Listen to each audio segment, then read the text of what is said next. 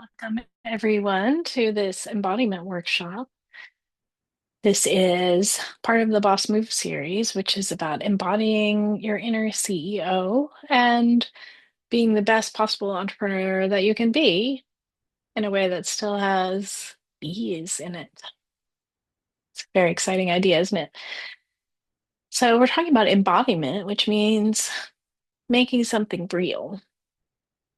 And in many of these workshops, we have done different motions with our bodies. And in this workshop, we're going to be working more with objects from our real life or prop objects if you prefer. So if you have a planner, if you have a diary, journal, calendar thing that is a physical object, I'll ask you to bring that. And if not, maybe you want to use your tablet. Maybe you have a different notebook that you'll just use to stand in for your planner. Um, and as we go along, I might grab other things from my desk, so feel free to pause the recording and make the analogy work best for your life. For instance, as a little sneak peek, this is one of my painting workbooks. And so it's not just about work. All right. As we begin, I'd like to mention that I'm coming to you from the Gadigal land today, and I pay my respects to the Aboriginal people for their ongoing custodianship of the land that we now call Australia. And a special welcome to any First Nations people who are here today. I'm Mags Sheridan, and my passion is about helping you connect mind and body for the purpose of making your life easier. It was a surprise to me after many years of being a computer geek and living only just right here. Um, I discovered that my body has all this wisdom I had been ignoring. And learning to listen to your body's wisdom is a skill that you can learn. Some people are naturally better at it. Some people have been trained away from it their entire lives. Um, no matter what, you can get 1% better at it. And in that 1%, you will find that your decision making becomes quicker and the changes that you make with embodiment really last. It goes deep by definition. So that's what I am thrilled to share with you today in this workshop. We'll be talking about closing down for the end of the year. It's December 10th today.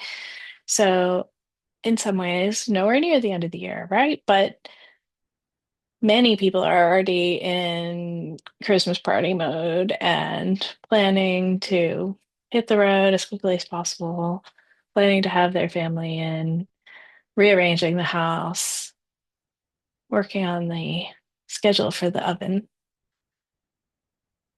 Um, so for me, it's a good time of year to take a break from my business, and a lot of people take a break at this time. If Christmas is a work time for you, then maybe you want to apply this workshop to the other side of the year when you have a break.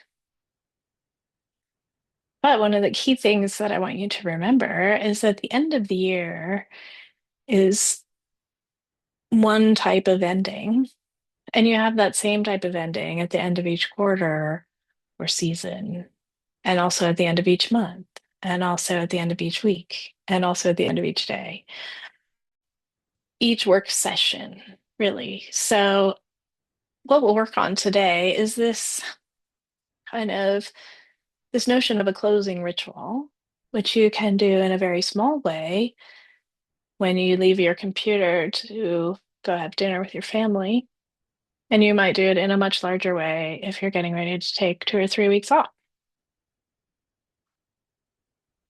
This is not a session about planning or strategizing or how to manage your task list or any of those things. even though those are all related to what's happening with the end of the year, what I'm talking about is the emotional connection that many of us have to our work. And especially as entrepreneurs, we have very specifically chosen this path, right?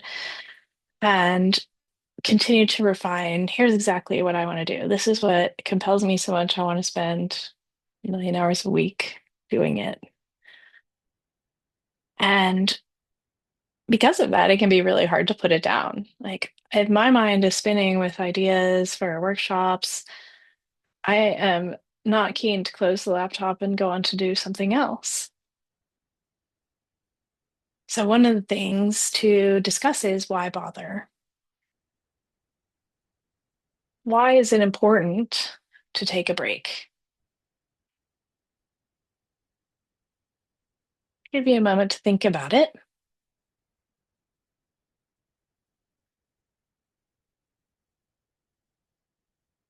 One part of the answer that might be the most obvious part is that as humans, we need rest. There's just no getting around it. There will be a period of rest in between periods of activity because our physical body needs that and our brains need that as well. That is a topic that is contentious almost because so many people find it really difficult to rest. And honestly, I think we're trained away from rest from birth, really, in this culture. So I'm just going to say that we're not going to cover how to rest as a topic today, but it is part of why bother closing down for the day, closing down for the year. So let me know if you also have trouble knowing how to rest or letting yourself rest.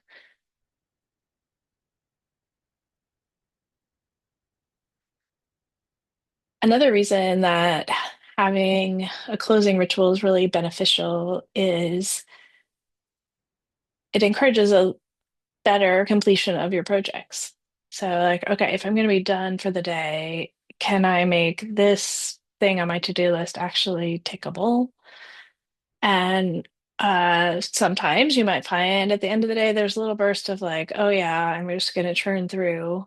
The urgency brings some motivation and maybe a lowering of standards away from perfectionism.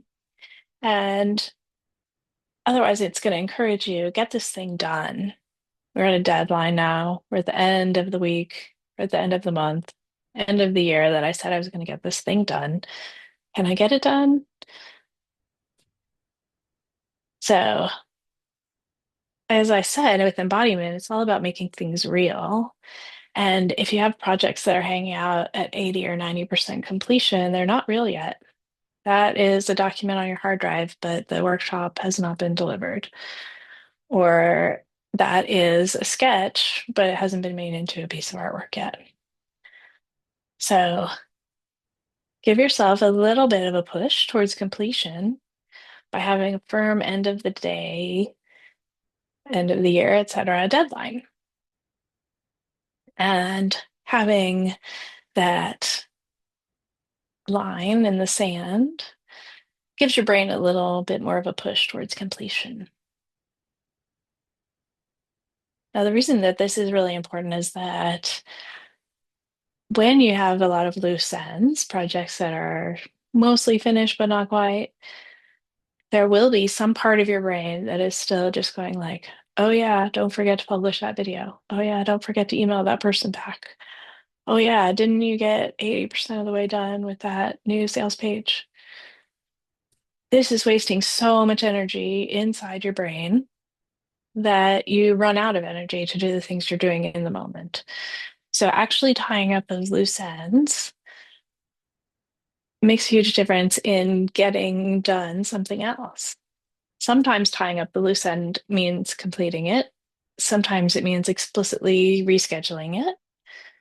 Sometimes it means deleting it from your list. Um, But tying up those loose ends is another way that having this time deadline, in some ways, it's a deadline imposed by someone else, right? The earth has moved, and so now it's the end of the day. Um, and so using that external deadline is another way to encourage your brain to say, okay, let's tie up some things, let's put things away neatly.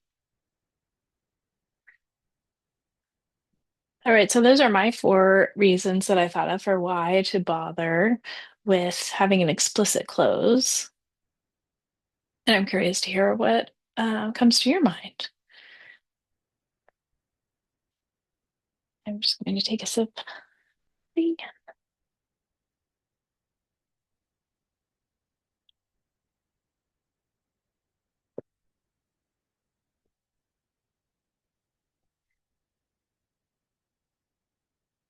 So if we move towards adding some movements,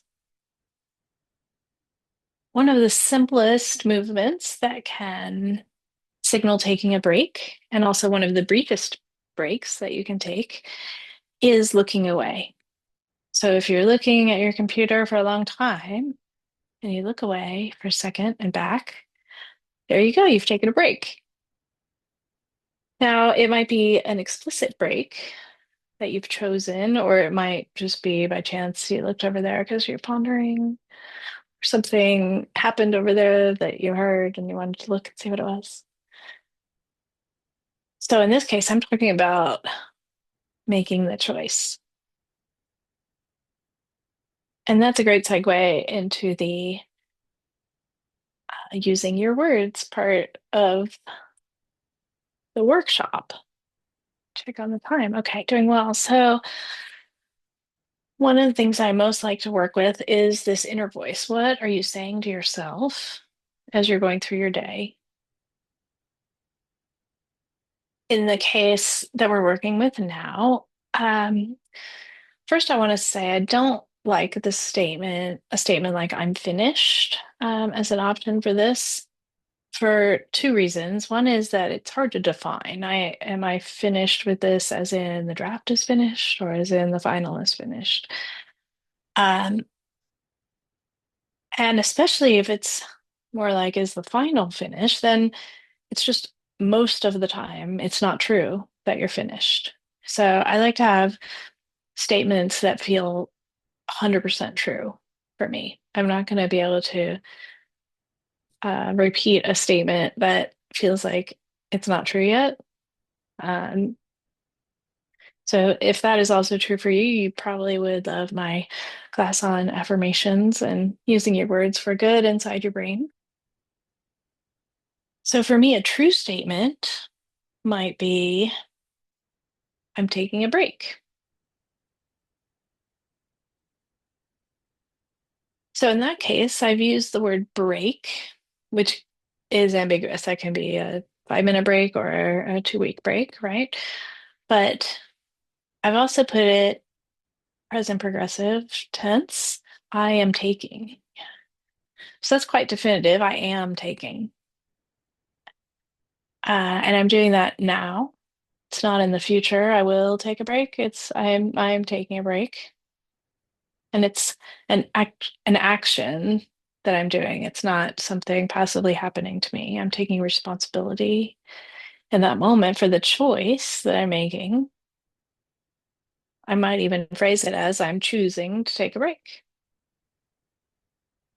I'm choosing to take a break because those four reasons why to bother that Max gave earlier in the class were so compelling that now I understand I really need this break and I really deserve this break. Um, it may be that saying I am taking a break because of those qualities I just described, where it's coming from the solar plexus with authority, that might feel too strong for you. So, one way that you could soften it, and I like this one, which is leaning on that natural external authority that I spoke about, which is to say it's time for a break. It's not that I have had to choose or not choose. It's just time. I know that enough hours have passed that this physical structure needs to be in a different position, may need fuel, etc. And by saying it's time, again, present tense, right now, it is time. The reason why I think it's important to keep these statements in the present tense is that right now, right here, right now, is the only place where we can actually act. So, if that sounds weird to you, then give it a minute. We can't actually act in the future. When we say, I will do the thing, that can be a promise or something, but it doesn't make anything happen in the real world. The only way to make something happen in the real world is right in this moment. So when you amplify that by phrasing things in the present tense, then it's really clear inside your brain. I'm talking about right now. I am taking a break. Right now is time for me to take a break.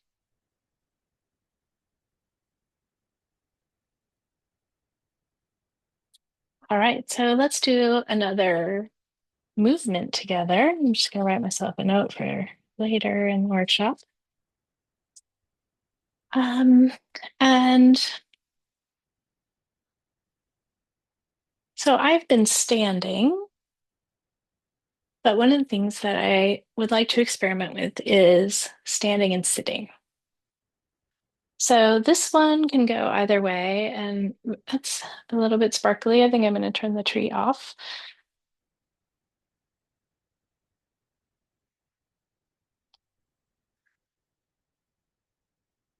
Okay, and I'm going to angle the computer down. Look at the chair. So, two contexts for taking a break that are very similar but opposite are in one context, I've been standing for a while now doing things. And so when I say I'm choosing to take a break, I can embody that by sitting down. Now, some part of me is taking a break. It's just happened, right? I'm taking a break. Maybe I want to sit back further and rest more thoroughly. Maybe I want to put my feet up. If the work that you're doing is seated, which is the case for so many of us, you've been at your desk for a couple hours and you say, it's time to take a break. And that means stand up. So it's not that standing or sitting is automatically one or the other. It's adaptable to your circumstance each time. So if you'd like to experiment with that, think about a time that you didn't want to be drug away from the computer. Just, I'm not ready to be stop working on what I'm working on. And so I'm here, I'm typing, I'm scrolling, I'm researching and finding. And then my bladder says, it's time to take a break. So in this exercise, let's say the words out loud. It's time to take a break. And then stand up and feel, what does that feel like to you? As you walk away from your computer, you might notice a reaction. You might feel like, oh, I'm just gonna, one last thing I'm gonna look at as I go away. Maybe you are trying to do something else on your phone in that moment, or even continuing the thing you were doing on your computer on your phone as you go over to make a cup of tea. Then you have eliminated the break almost entirely for your brain, right? Your body might still be getting a little bit of a break, but your body and your brain are one. So trying to give your body a break while your mind is still doing the exact same thing is fighting against yourself a little bit. Now, there's another way that you can use this connection, which is that giving your body a rest encourages your brain to have a rest, right? So that's why maybe if you're working for a long time at the computer and you just want to stand up and stretch and do a little,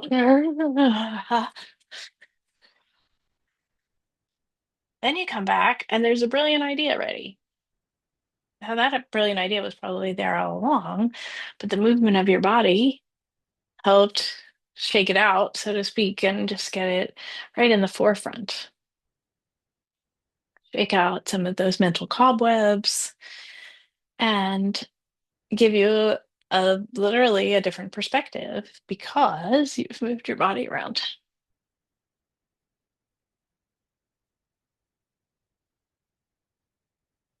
So, the next example that I'd like to do is with closing your laptop. And I am working on my laptop, so I'm going to use my tablet to stand in. And I'll just continue standing and holding it in the air. So, what happens at the end of your workday with your laptop? Is it like this? For some people, closing the laptop is a really natural part of the transition away from working. For some people, the things that they want to do when they're finished working are still in here. So, what can you do about that? Well, guess what? It still is super useful to close your laptop. It's actually true. Having the physical motion of, I'm done with you, I think it's amplified quite a bit if you can be actually done, as we talked about earlier. And if you can do things like closing open tabs and maybe closing apps that are only work related. But if you can't bring yourself to close all your open tabs, I get it. Having this motion of like, "Phew, I'm done." Maybe that means you're just taking a short break and then you're coming back to the laptop. But you've given yourself a signal of that work task is finished now. Maybe you are a person who uses a paper planner or paper notebooks.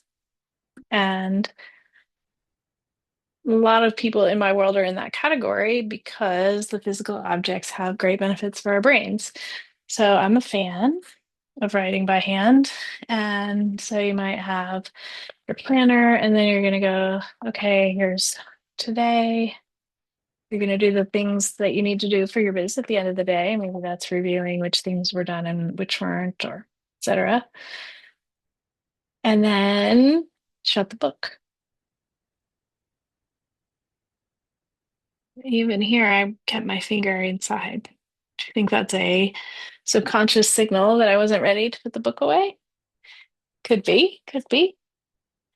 I'm going to just practice the same motion that we did before with this statement.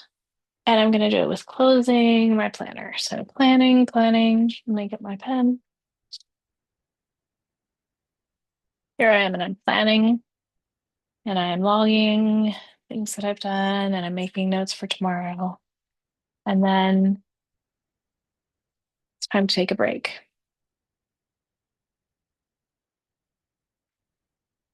Time to take a break. Putting the pen away. It's time to take a break. Putting the planner on the desk. Shut.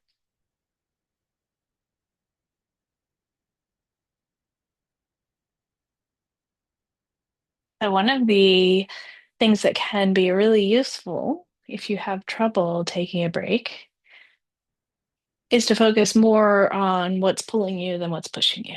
This is one of my general strategies for life. Focus more on what's pulling you than what's pushing you. So in this case, what's pulling you is the thing that you desire to do when you have a break from work. And for me, that's painting generally, lots of things, but painting. And so by keeping my sketchbook nearby, it's like always ready to have me go, oh yeah, remember when I did that? I really want to try that with a different color. Oh yeah, I was curious about what that salt pattern was going to turn out like with some other things. And oh yeah, still trying that jacaranda. Okay, I'm gonna let the desire to do some more painting hang out in my brain together with my desire to keep working.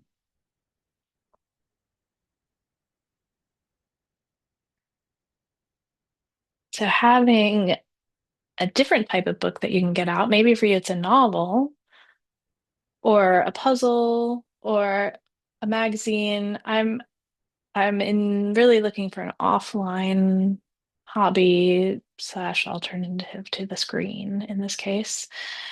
So, if you have a novel that you're in the middle of and you're feeling down because you haven't had enough time to read it, maybe put it in the corner of your desk. And then one part of your brain will be going, oh, when I'm finished with work, I get to read the book. Yeah, you'll have to be able to decide for yourself if it's too much of a distraction because depending on how much you feel pressure and how you respond to that pressure, etc., maybe having the book there means you'll just be like, oh, look at I'm going to read now. Um, and so if that's not what you want to be doing, then having the temptation there is not a good idea. But if you are already quite good at keeping yourself working, then having that reminder of the reward, a alternative there, can be a good way to help yourself remember, oh yeah, resting has some good components. Putting this aside for a little while will be fun. Returning now to the use your words part of the workshop. So I want to talk about three kind of red flag patterns that I hear people talk about regarding the voice inside their head that relate to this issue of closing. The first one is just, and you may already know that just is a word that I think could just go out of the English language entirely. But in this case, I'm talking about the phrase, I'm just gonna check on, I'm just gonna do this one little thing. When you say I'm just gonna, you are minimizing to the person you're talking to or to yourself what you're getting ready to do and make it seem like a tiny thing where it might become a now I'm deep diving in my inbox for some old email and might become now I'm rewriting the webpage about this thing. So just that's one of those words that just get it rid of it, right? The second one that I will ask you to listen for in your own head is can't. And that's a huge one for this time of year because everyone's under a lot of pressure money wise and everything that's been building up over the last few months. Suddenly you have that deadline. So that same urgency that you might be able to use to push yourself forward can also make it feel like it's so overwhelming you couldn't possibly. So if you hear yourself saying, I can't take a break, that is a red flag for you to know that you're feeling the enormous pressure and that you desperately need a break. So again, this is not a class about how to rest, but uh, it sounds like you need some help with that if you're feeling like I can't take a break. You can always remind yourself that taking that break will make you more productive when you come back, right? It is actually good for your work to take a break from your work. That little paradox is an important thing to keep in mind when you're struggling against the idea of the break. The other thing about struggling against that idea is that the family members or friends that you might see in that period, um, you don't want to feel like they're competing against what's in your laptop. So by choosing explicitly and saying to yourself, I'm choosing to put the laptop away for 4 days in a row because we're going to be with the family and I'm choosing to pay attention to that.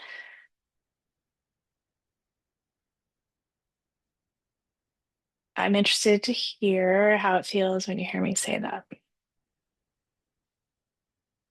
You might be feeling like, oh, my stomach is suddenly like, no. Um, and so maybe I'm wrong. There's always individual circumstances and exceptions, etc.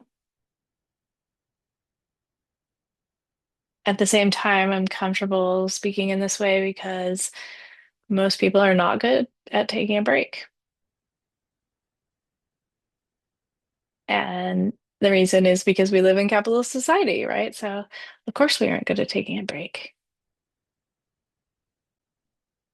One of the frameworks that I use for incorporating a change, making a change more lasting in your life or easier to make, I call it the 4 Ps framework.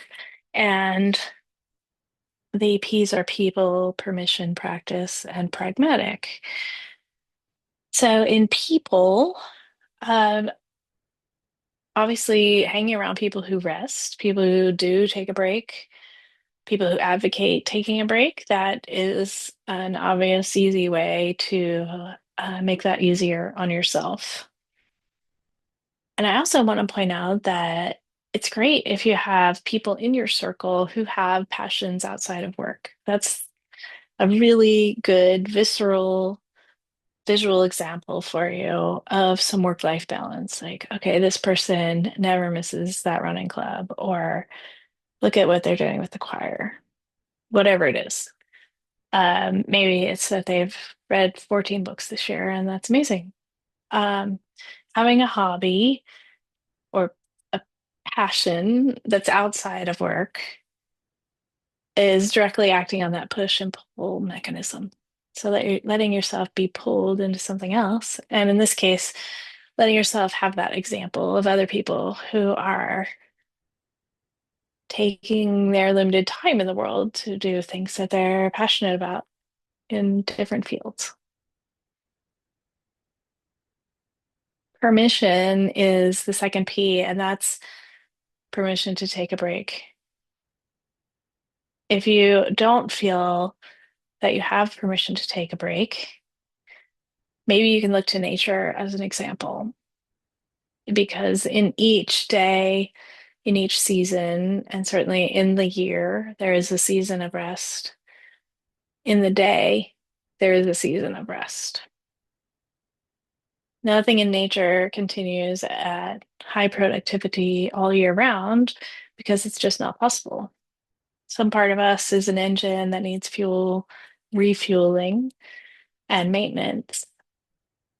Um, so sometimes I don't like thinking of the body as a machine. That can be a tricky analogy, but it is in need of refueling and maintenance.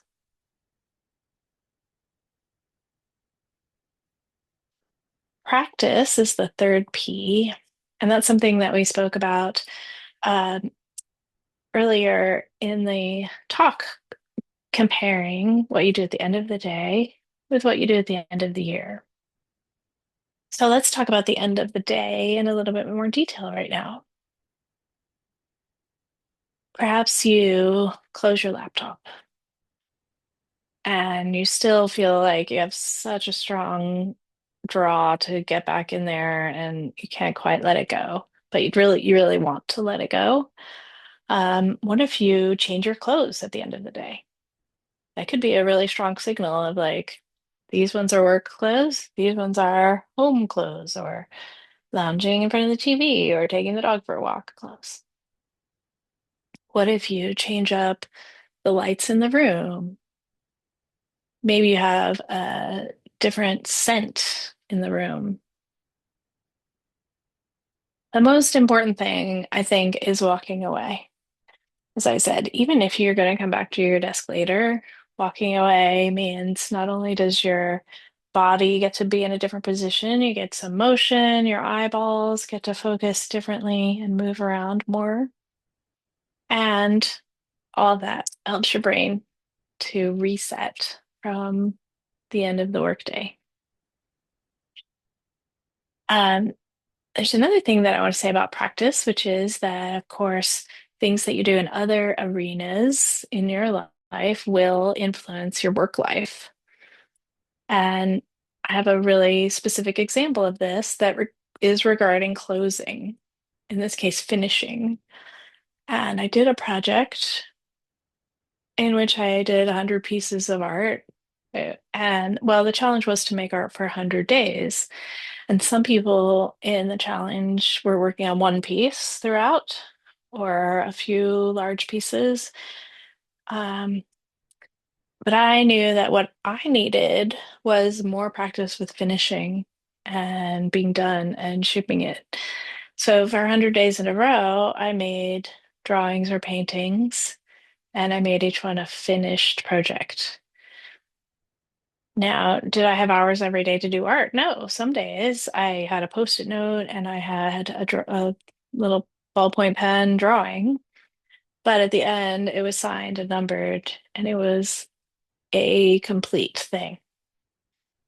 Doing this exercise really strengthened my ability to tie up the loose ends and figure out a neat closing. So I want to encourage you to think about how your own habits with the opening and closing cycle with your work might relate to something that you do in a hobby or with your family.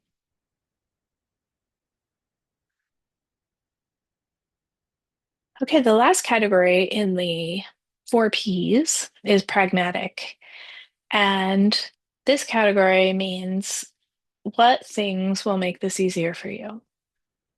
So the stereotypical example would be like put your exercise clothes out the night before, and then when you get up in the morning, it's easier to just put them on and go rather than having that moment of what do I wear? So in this case, the pragmatic recommendations that I'm making, one that I've already mentioned is having a hobby or maybe more than one that is not screen based. And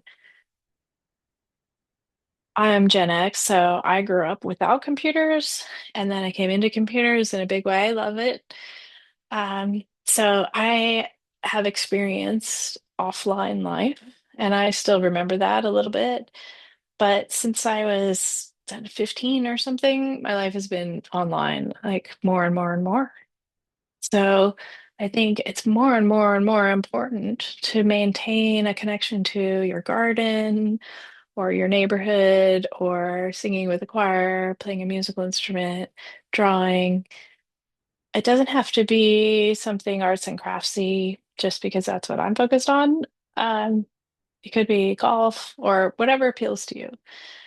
Um, I love cooking and gardening because both of those are like doing something with your hands and having a physical result at the end. It's really satisfying.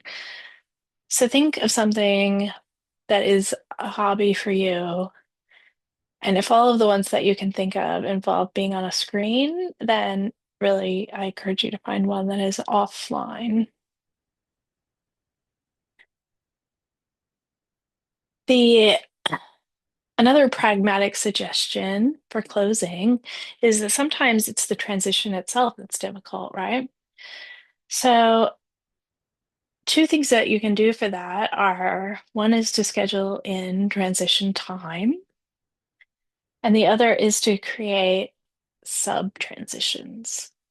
So, what I mean by that is in the first case, maybe you have a work period that is until 4 p.m., and then you've got other things in the evening.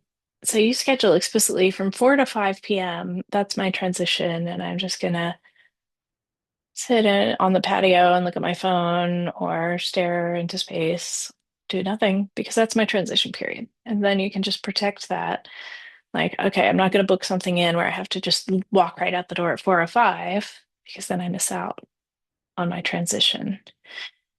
And in creating sub transitions, what I mean is like instead of saying, okay, I'm working until 4 and then at 5 o'clock I'm going to be at that other thing, maybe you say, okay, from 4 to 4:15 is this part and 4:15 to 4:30 is this part. You give yourself some graduated steps. That's helpful because it's a smaller step and it's also very explicit of like, okay, I'm moving towards being fully past this, but I'm going to let myself take these steps along the way. I find those really useful.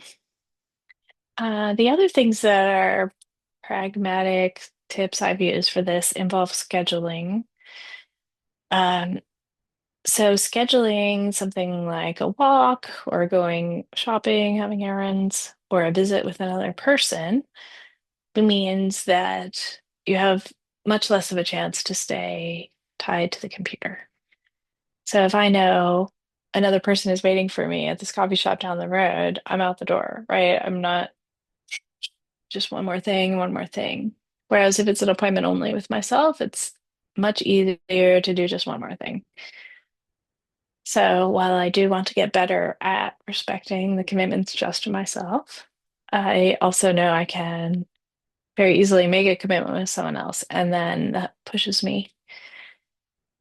Uh, the other thing is you can maybe move your schedule to make it suit yourself better, and then you'll feel more ready to finish at the end of the day.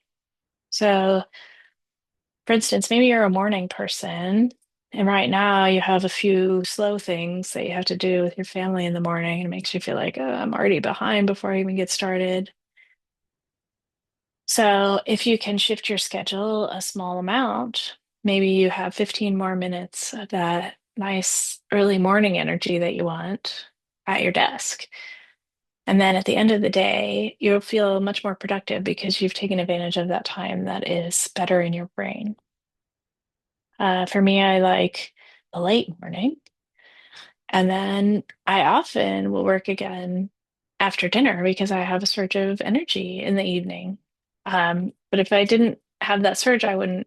If it's 4 p.m., no, that's a very low time in my circadian rhythm. So I'm not going to schedule work then. So if you can shift that, what happens is you get more done in less time, or you get the things done more easily. Maybe those are the same. Um, the end result is that it's easier to close the books on the end of the day because you know that you've gotten a lot done. So let's do another test here. I'm going to use my planner again, and I'm going to be going for my end of the day type ritual. Here I am, I'm looking at the end of the day, and I've got some things that I can cross off now, some things I'm going to write on tomorrow. And now I'm satisfied that I've tied a bow on my day, so I can close the book.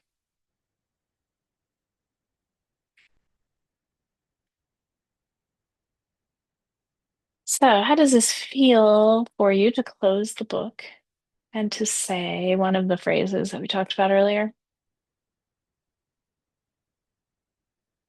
It's time to take a break. Time to take a break. Time to take a break.